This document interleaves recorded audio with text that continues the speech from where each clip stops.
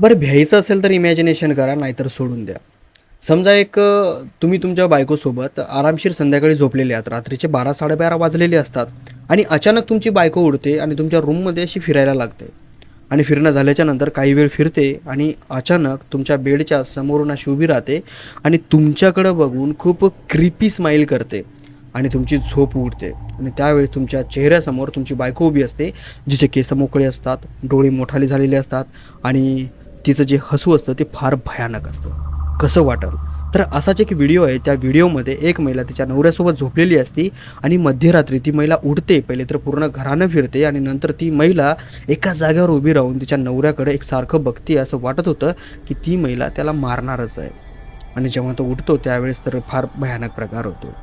आता तो जो व्हिडिओ आहे तो तुम्हाला दाखवणार आहे, पण मला असं पर्सनली वाटतं की हा व्हिडिओ क्रिएट करायचा आहे म्हणून केला आहे.